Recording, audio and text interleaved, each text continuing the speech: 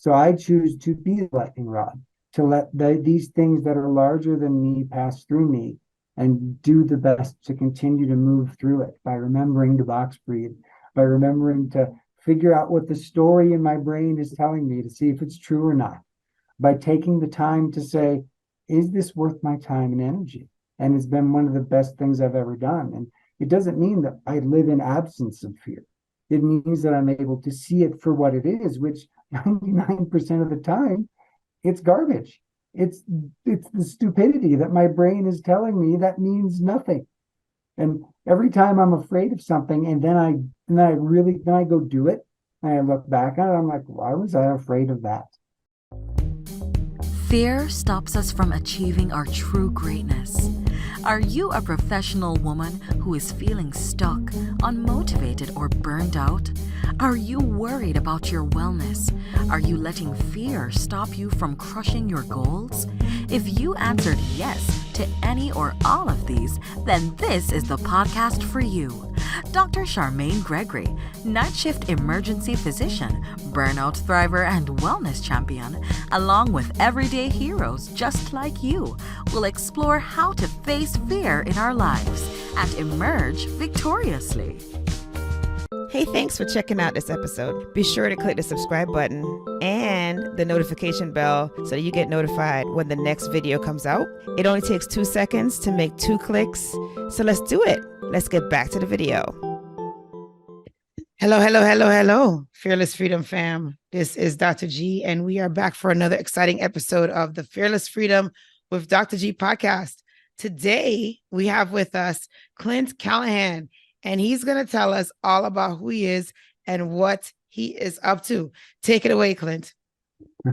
Okay, wow, just throw me right into the deep end. Excellent. My name is Clint Callahan. I am a therapist and life coach. I've been a therapist for 23 years, and I just got into life coaching. I recently wrote a book on how to beat burnout in 15 minutes a day, and I'm just trying to get people to recognize what burnout actually is, which is it's not about work. It's about all different areas of your life, and it just ends up that we tend to see it most at work because our livelihood is in jeopardy. But really, it starts out at the very beginning in about 4 different distinct phases. Awesome. And then so you have to tell us, how did you get into this work? Sure. Well, let's see. I was born, I weighed 1 pound, 15 ounces. So I'm not technically supposed to be here because that was 47 years ago. So they didn't have all the wonderful technology they have now to help babies that are that small survive and thrive. So I've always been told by my parents and stuff that I was really lucky to be around. And so because of that, it, just kind of instilled this sense of purpose in me, which when you're a kid, it's kind of a lot to have.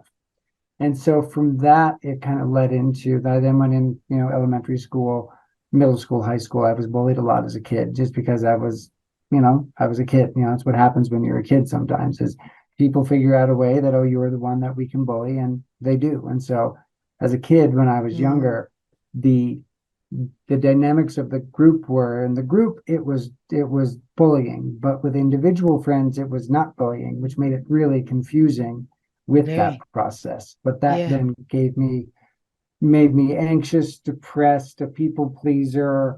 All these different things happened because of that. And then I had somatic symptoms of anxiety so bad that I was physically ill, and I would miss school, like a lot of school, from about 3rd through 6th grade because I was so anxious about going to school and being around the bullies that I couldn't function.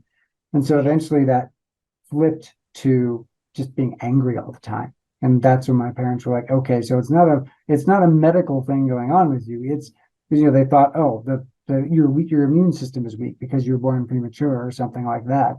But then when it switched to anger, they're like, oh, this is not that. Because I didn't tell them I was being bullied because no one said I should do that. Right. So when they figured it out, they then put me in therapy when I was around 12 years old. And therapy was this thing that gave me the knowledge that there's words for the stuff I was feeling, that there was more than 3 feelings of being happy or angry or sad. And so that is the thing that led me into and just falling in love with just mental health and with psychology and with understanding why people do what they do based on how they how they think about things, how they perceive things, and that kind of stuff. It's fantastic. Not fantastic that you got bullied, but fantastic that you had a breakthrough like that. Because I mean, the thing about it is that, like, good on your parents for figuring that out, like getting you into therapy, because that's not always the first thing that people think about to No. do.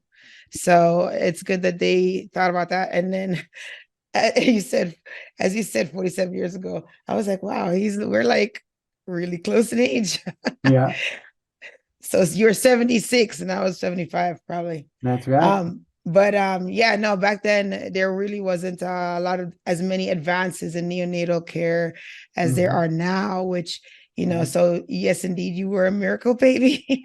yeah, And definitely. I found amazing. a journal that my mom kept when I was a baby. Yeah, And one of the most fascinating things was, so one of the hard things for me throughout that was I've never really liked people touching me without my permission because sure. my brain always picked it up as danger, danger, danger. And I realize now because when I went back through her journal, there was a thing in there that just really struck me like, oh wow, this is why I feel that way. And because for the first 4 months of my life, I was a clinical object to be saved by doctors handling me. So I wasn't held, I wasn't nurtured, it wasn't those kind of things. It was surgery, needle pricks, oxygen tubes, being moved and wiped down, quickly and roughly while we're working through all the other babies in the neonatal care unit, all those things. And that caused my nervous system to really not want to be touched. Because my mom wrote, one of the hardest things is whenever I put my hand in the incubator, he shies away like I'm going to hurt him. And it was like, I didn't know that was the reason why I didn't like all that stuff for 45 years. And then I got trained in EMDR. And when I went through EMDR, I decided I want to look at that thing. Why is that thing going on? And so the entryway was when I was like a couple weeks before that, my youngest kid jumped up behind me and grabbed me and gave me a hug and told me he loved me. I lost it because Oh, really? it was because it scared the crap out of me in a way that I didn't really understand because it was such a visceral Okay. reaction of Right, right. I'm in physical danger. And so when I went through EMDR, I used that as the entry point and it worked. I don't feel that way anymore. I recognize now where we went through the process, and at the end of it, thing I wanted to change in my brain was he didn't hug me to scare me or hurt me. He did it because he loved me. And then the last Right. thing that popped in my brain, completely unbidden, was, and the doctors weren't trying to hurt me either. They were trying to save my life. And it was like completely changed everything for the way that I function in the world now. It it Wow. doesn't feel like fire ants are under my skin when people want to hug me anymore. It's such a fascinating thing. That is very fascinating. Wow. I mean, and then for it to happen so many years, you know, Yeah. ahead, it's like nuts. It just goes to show the rewiring process can happen at any time if you take the time to do it. And that's the thing I love about this stuff is that you can heal pre-verbal trauma if you have the right tools to do it. Because I didn't know that was going on. I didn't recognize or realize that. It was that confluence of events, right? Where Right. I found that journal while I was going through this, which then gave me that insight, which then allowed me to go through that process and change my life. So Wow. Wow. That is an incredible story. That's an incredible story. And then so your life was sounds like forever changed by therapy. yeah, I'm sure that twice, things went better for you more at than twice. school. All right. So then you decided to give back Hmm. through the same. Okay. Yep, And yep. then When I was, go ahead. what age did you decide that? Was that high school or Well, when I was, so let's see, I was about 15 when I decided I wanted to do something in mental health. So the first thing I wanted to do is I wanted to be an FBI behavioral profiler and catch serial killers for a living. But then yeah. I went and worked in a maximum security prison when I was getting my master's, and I was like, no, I don't want to keep my brain with their brains because that stuff is too dark, and I don't like that. I like being positive and helping people, not trying to chase down people that hurt people. And so that changed Yeah. the way that I view things. And I started doing clinical therapy, and I started I worked pretty much with everything from HIV/AIDS to addiction to, every mental health disorder you can think of. I've worked with everybody. And what I found is that it really comes back to, for most people, it's about recognizing and owning what's going on so that they can then fix it. But it's finding the right people to do it. And that's the thing that's the hardest right now in the world today is there's a shortage of good mental health professionals that are well trained to be able to provide a multi-adaptive modality to help someone work through stuff. Because when I work with people, I don't just do cognitive behavioral therapy. I don't just do EMDR. I don't just do one or two types of therapy. I basically take all the stuff that I know, and I do whatever I can and mix it up and give it the old college try pretty much to Right. get them to have that breakthrough. Because Yeah. once they begin to have that breakthrough and they see the change, they can change. And that's the stuff that I love. That's why I love doing this work. And it's one of the reasons why I decided to get into life coaching, is because I really want to help more people be able to get that experience of recognizing that I can change if I change my story, if I change my viewpoint, if I understand the stuff that's going on inside of me, the biological mechanics of fear. If I understand that and how that then affects how the psychology works with fear and how that all relates to our emotions and creates this just constant effect that we get stuck in. Mm. Yeah, I love that you you look at it from that standpoint. Um, because fear is a funny thing. Like it can be a driver towards accomplishing things, and it Yeah. can also be a crippler.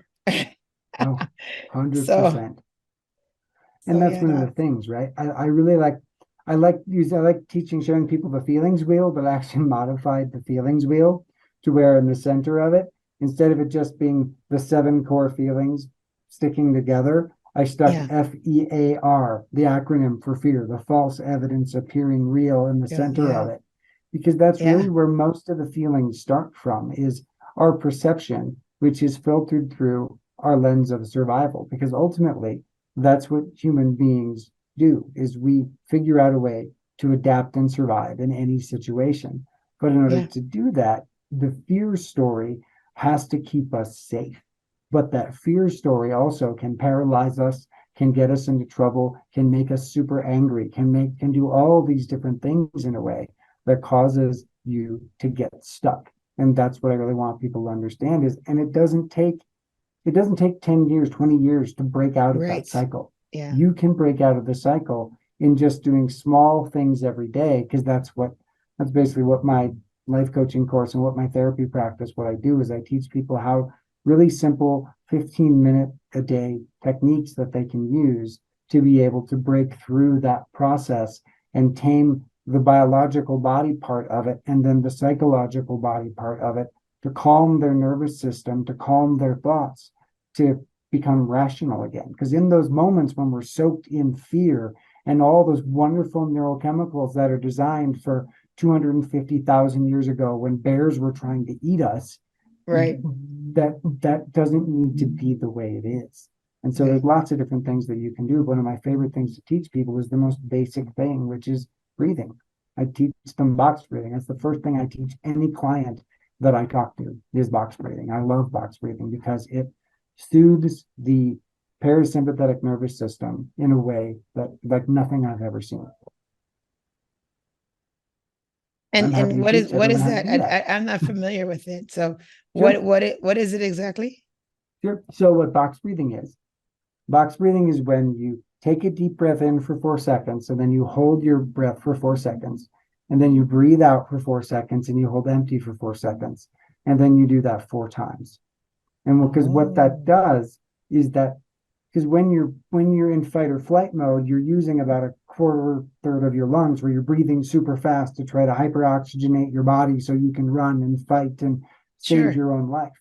So by changing your breathing when you're in the middle of this fear story, you're telling your body, stop.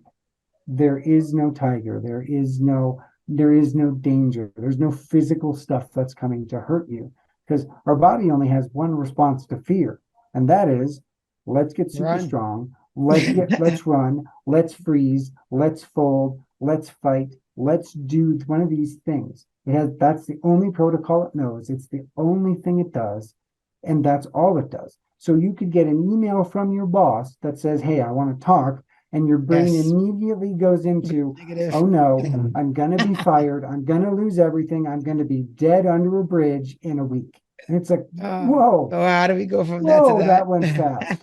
But yet, how often do we do that? That's what the fear that sounds response like is. about right. Yeah. And that's the thing, is that's the difference, because people don't understand when they think of fear, they always think of, oh, it's the story in my head. It's the things that my brain is telling me, but it's not. Fear is 80% from the neck down. Fear is the body response. And then the story in your brain latches on to the body response and creates the cycle that you get stuck in. So if you can tame the 80%, which is your body, by box breathing and slowing down your heart rate and stopping the adrenaline, cortisol, all these different systems from dumping into your body, then you will be able to slow down. It stops the parasympathetic response, which is the most amazing thing. Whenever I teach people this and they do it for the first time, they're like, that's witchcraft. Are you teaching me voodoo? How does that work? There's no way that could possibly work that well. I'm like, well, but you did it, and it did, right? And they're like, yeah, and that's insane. How can that do that? Because it's science, and that's why I love science, because it's proven, it works. It shows you this is able. Hey, it's Dr. G, and I just wanted to take a quick moment to thank you for listening to this episode. I'm so honored to have you here with me.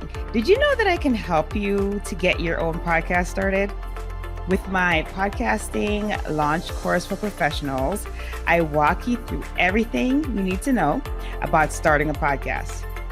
I'm with you every step of the way, from sign up to launching your show, with 5 episodes ready to go. There's a done for you version that's also available. If you would just rather just do recordings and leave the behind the scenes work up to us, then that one is definitely for you. But either way, we've got your back here at Fearless Freedom with Dr. G. Oh, if you already have a show and you need production services, we have monthly plans available for you. So check out the links in the episode show notes for more information. Let's get back to the show.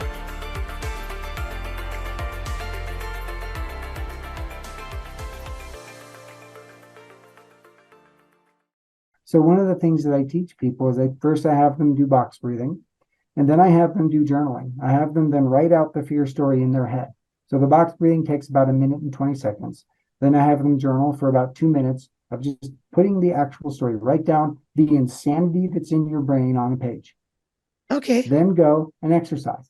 Go do something to change the way your blood is flowing, to get the adrenaline where it belongs, to get it out of your guts, to get it out of your heart, to get it out of your lungs, to get it out of your brain, get it to your extremities. Because when adrenaline is in your brain, it does the craziest thing. It speeds up your brain to make you think faster, but it makes everything seem slower. So now, when you're anxious, that 1 second feels like 10 seconds. So when a minute goes by, you're like, I have to have been stuck in this hell for at least 10 minutes. Yep. No, it's literally been about a minute. But you feel that way because the adrenaline changes the way your brain processes the world around you. So you breathe, you write, you exercise, and you go back and you read what you wrote. If you still even kind of believe what you wrote, do it again. Because that means the fear isn't out of you. That means the adrenaline isn't out of you yet. So read some more, write some more, exercise a bit more, and come back. Each one of these takes about 5 minutes to do that cycle. So in about 10 minutes, you can change the way you're reacting to the situation, to the world around you by doing those things, because it hits you from a parasympathetic level, from your cognitive level, from the way you're thinking about it, and from a physical level, because you've changed the way your body is processing all the hormones in your system. No, that's great. That's very practical. I love this stuff. Yeah, it's really practical, because like obviously this podcast is about facing fear, right? I mean, so, Mhm. for you to share something like that, that's very practical and like, how do you say, like easily adaptable, like something that you can Mhm. actually, like an action, yeah, like a kind of a call to action. Like you could literally do Yeah. this, like you can do this next Yeah. opportunity that you feel this. And so that's really awesome. That's awesome. And I have a little poster thing that I can send you that has the steps on it that you can put out there for people if they want it. Because Okay, I yeah, so that'd be that's what I do great. for all my That'd be clients, great. because it's the practicality of it is the thing. Is I love practical stuff because I don't need theory. I need actionable results. I don't need you to tell me, oh, if you breathe, you'll feel better. Well, okay, how am I supposed to breathe? Oh, if you write a Fair. journal, Yeah. you'll be better. Okay, well, what am I supposed to write? Well, you're supposed to literally write the stuff in your brain that's making you feel this way. You're supposed to put it there and see it. Because when it comes into your eyes, it has to go through logic to get back to the feeling side. So you Mhm. recognize it for what it is, which is it's stupid. Most of the time, the fear story we tell ourselves is 99.9% wrong Right. every Mhm. single time. Yeah. Yeah. You're not going to end up dead under a bridge. That's not going to happen unless you really, really try. It's not going to Yeah. happen You in have to today's really world. try. You If really you got to really try. try. You got to really try. That's true. Oh my goodness.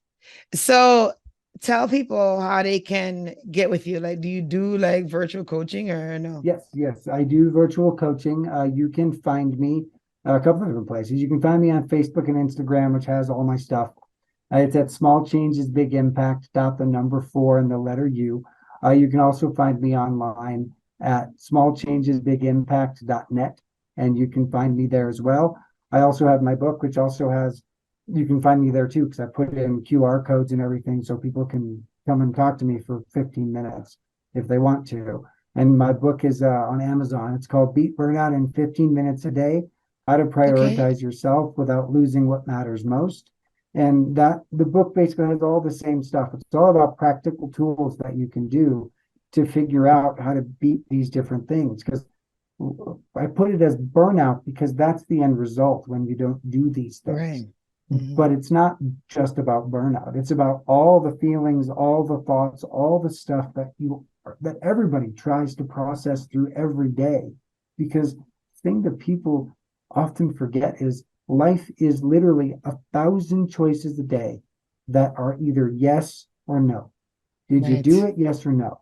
That's what it is. And that's the stuff that we forget. The thing I love most is when you tell someone, if you think about it, the moment your alarm goes off, you have your first choice of the day.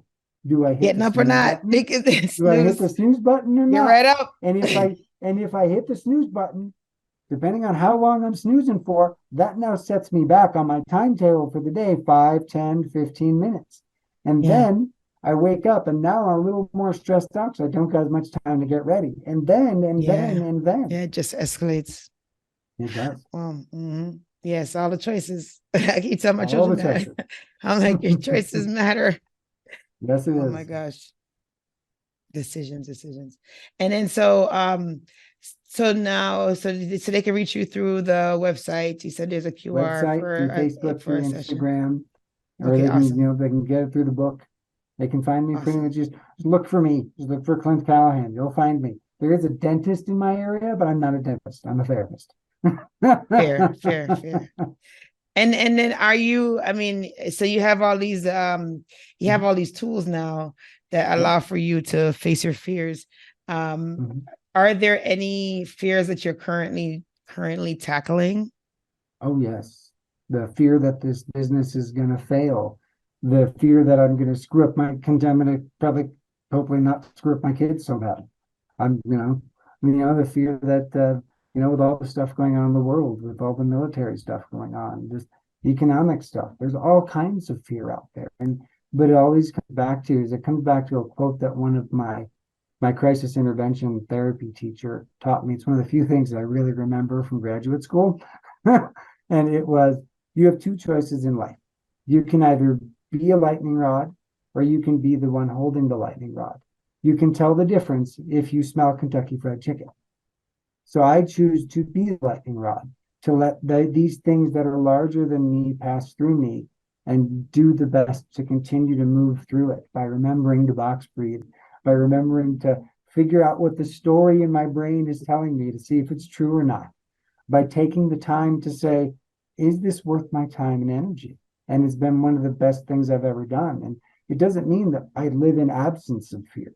It means that I'm able to see it for what it is, which 99% of the time, it's garbage. It's the stupidity that my brain is telling me that means nothing.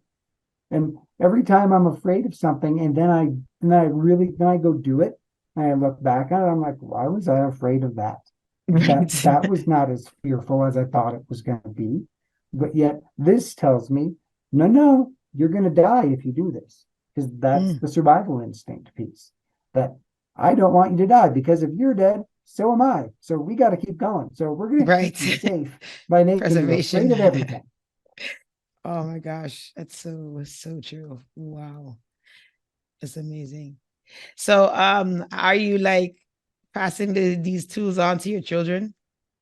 Yes, when they listen, they're teenagers now. So now it's So yeah, kind of they're like, definitely not now listening. it's kind of like, yeah, whatever, Dad. What do you Yeah. know? But I still make them do it even when they don't want to. So it's going to get in there by osmosis if I have to. If I have Oh, to, there you I'm go. stick a book under their pillow and see if it absorbs into their brain That's that way. good.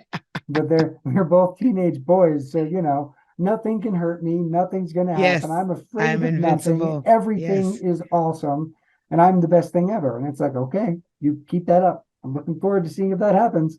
And that's part of being a parent, is you do your best to teach your kids what you know. And most of the time they're rolling their eyes at you going, yeah, what do you know, old man? But they do listen though. They listen.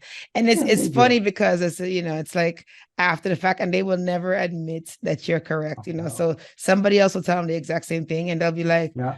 my mom, my dad used to always say that. And you're like, Yeah. yeah. That sounds familiar. Yeah, I think I want to do that. I mean, it took me until I was 26 before I finally said, Dad, I apologize for saying all these things to you, because now the full frontal logic circuits of my brain have kicked in, and I recognize that I was an idiot for the last decade. I'm so sorry. Oh my God, that's so funny. Wow. Yeah, no, that's I think that's a universal theme, to be honest. Oh, yes, it is. We're dealing with that right now in our house. But this has been such a great conversation, Clint. I really appreciate you sharing the practices as well, because I think that's it's really nice to have like not really a deliverable, but to have like something tangible, from the conversation. So I thank you for that. And we're at that part of the show where we have a tradition, and it's the fill in the blank. Are you ready for that? Are you ready for that? Yes. Okay, you're awesome. All right. So the first one is, if I am fearless, I will Do what needs to be done. All right. All right. The next one is, to me, fearless freedom means Being able to walk through fire to help people without being burned. That's awesome. That's awesome. And then last but not least, my battle cry is Bring it. bring it. All right. And you have to let us know again how we can reach you on socials and the name of your book. Yes. You can find me again on Facebook and Instagram at Small Changes Big Impact, the number 4 and the letter U. You can find my book on Amazon at Beat Burnout in 15 Minutes a Day, How to Prioritize Yourself Without Losing What Matters Most. And you can also find me online at smallchangesbigimpact.net. You can just look me up as I think on Amazon I'm Clint Callahan, LCSW, and you can find me that way too. But you can find me online that way as well. And I just want people to know that you can change your life in 15 minutes a day. I've done it. I've been burned out. I've been through fear. I've done all these things, and it's better to help people, and it's better to change the axiom of hurt people to help people can help people, because that's what it is, because that's what you want to do. Absolutely. Awesome. Thank you for joining us on the podcast and taking time out of your day to share with us. We really appreciate it, and appreciate the pearls that you dropped. And I'm sure that we're going to be utilizing those. I'm already thinking about how I can like box breathe things when and how. I'll just have to remember how to do it. So that's fantastic. 4, 4, and 4, right? Great. 4 fours, I guess. 4, 4, 4, 4. fours. Just remember the box. All right. Got it. Thank you for joining me on this episode of Fearless Freedom with Dr. G. Again, I'm Dr. G.